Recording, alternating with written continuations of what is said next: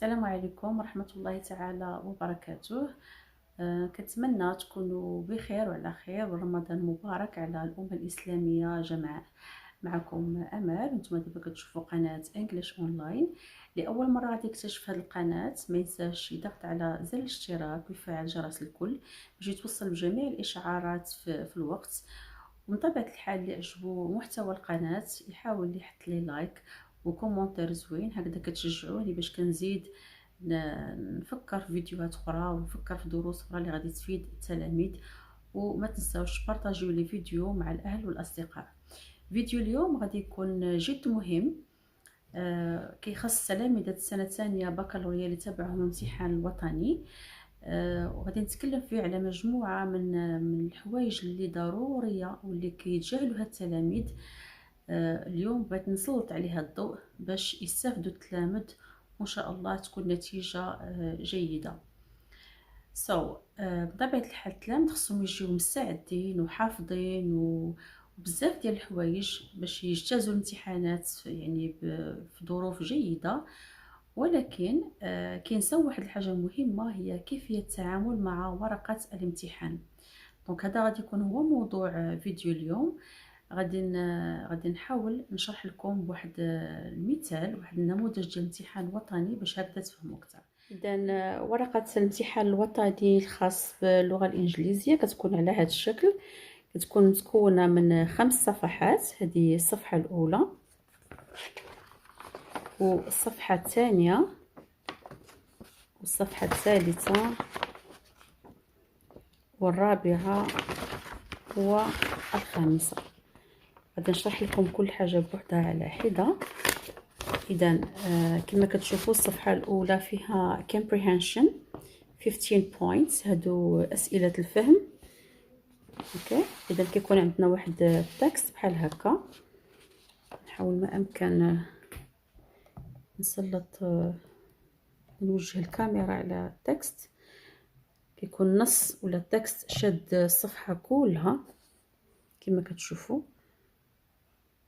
واحد المجموعه ديال paragraphs. اوكي، من بعد كاين اسئله الفهم.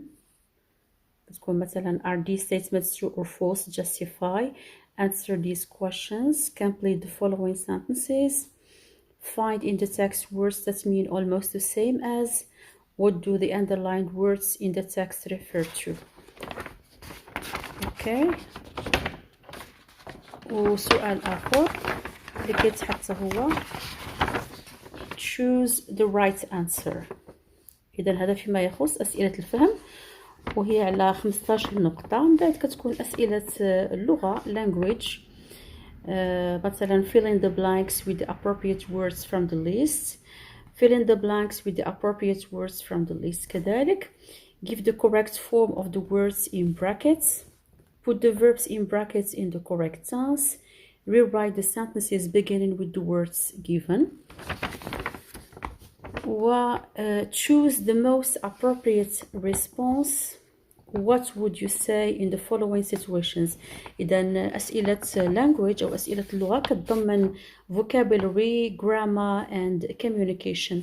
من بعد كيجي writing اللي على 10 نقط. كيكون فيه task 1 و task 2.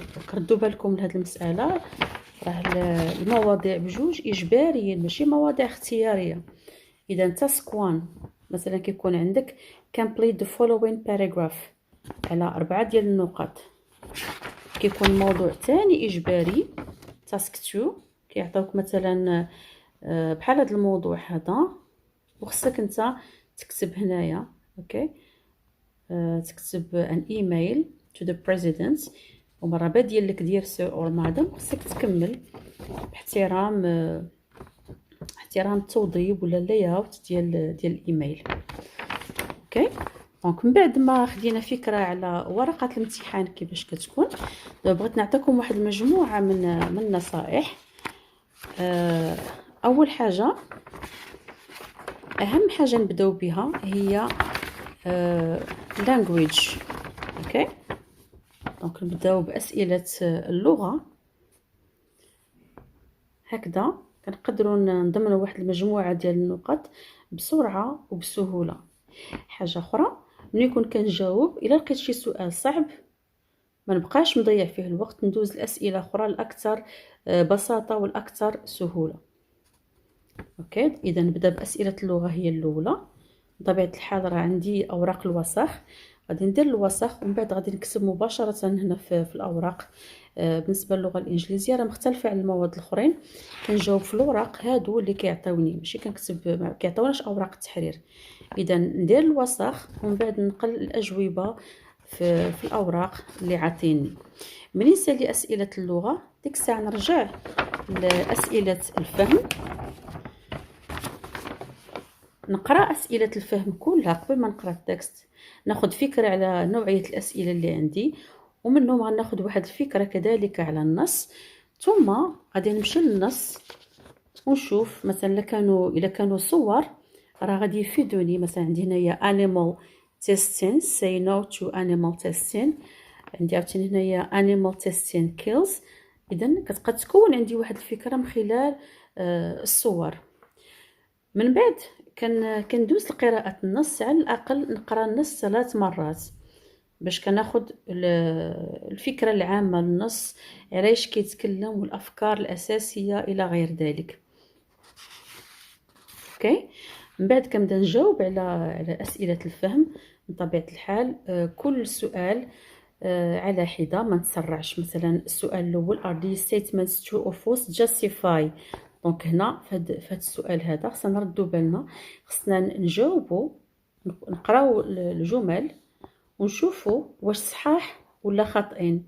بطبيعه الحال هاد الاسئله كلهم الاجوبه ديالهم خصها تكون من النص. راه عندي هنايا base all your answers on the text، يعني جميع الاجوبه خصها تكون انطلاقا من النص ماشي من راسي.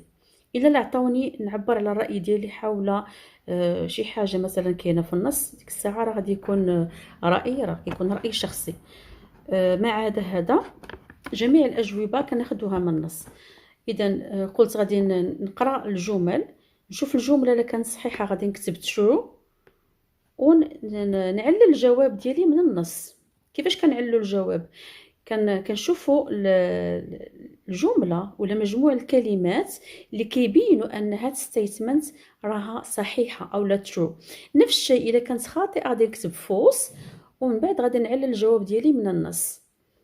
اوكي، بالنسبه للسؤال اللي كيكون فيه answer these questions، هذا راه ما غاديش نعلل الجواب، ولكن خصني نرد بالي كيكونوا مثلا تغييرات، كيكون مثلا النص فيه المتكلم I والسؤال كيكون على هي ولا شي، يعني خصني نرد بالي لمجموعه من التغييرات.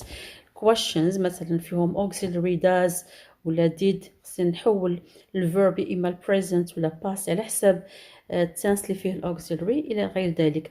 من بعد ان شاء الله راه غنخدم معكم نماذج ديال الامتحان الوطني باش نقربكم من الصوره اكثر. دابا بغيت نوريكم كيفاش تعاملوا مع ورقه الامتحان باش ما تضيعوش الوقت وتجيبوا ان شاء الله نقاط جيده. اوكي، دونك غادي نجاوبوا على اسئله الفهم، غادي نقراوهم نجاوبوا على الاسئله اللي جاونا ساهلين، نخليو الاخرين من بعد باش ما نضيعوش الوقت ديالنا. وغادي نخليو رايتين هو اخر حاجه. اولا لان النقاط ديالو اقل من reading comprehension و language، وثانيا باش يبقى لنا وقت اكثر. كما كتشوفوا 10 points. دونك المجموع ديال الامتحان الوطني هو 15 في reading، 15 في language و10 في writing، هي 40 نقطه. من بعد كتقسم على جوج كتعطيني 20 نقطه، يعني الرايتين كيبقى على 5 ديال النقاط. فما نضيعش الوقت ديالي في الرايتين نبقى كنفكر، وربما ما يكونش عندي فوكابولير، ربما ما يكونش عندي معلومات حول الموضوع اللي مطلوب مني نكتب عليه. فنجاوب على لانجويج كما قلنا هو الاول باش نضمن بعدا نقيطات، من بعد ندوز للريدين كومبريهنشن وابخي ندوز للرايتين.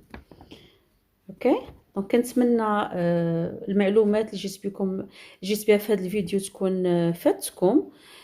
كنتمنى التوفيق والنجاح لكل التلاميذ والتلميذات المقبلين على الامتحان الوطني وكذلك الامتحان الجهوي واي امتحان اشهادي. الله يوفقكم والله يعاونكم.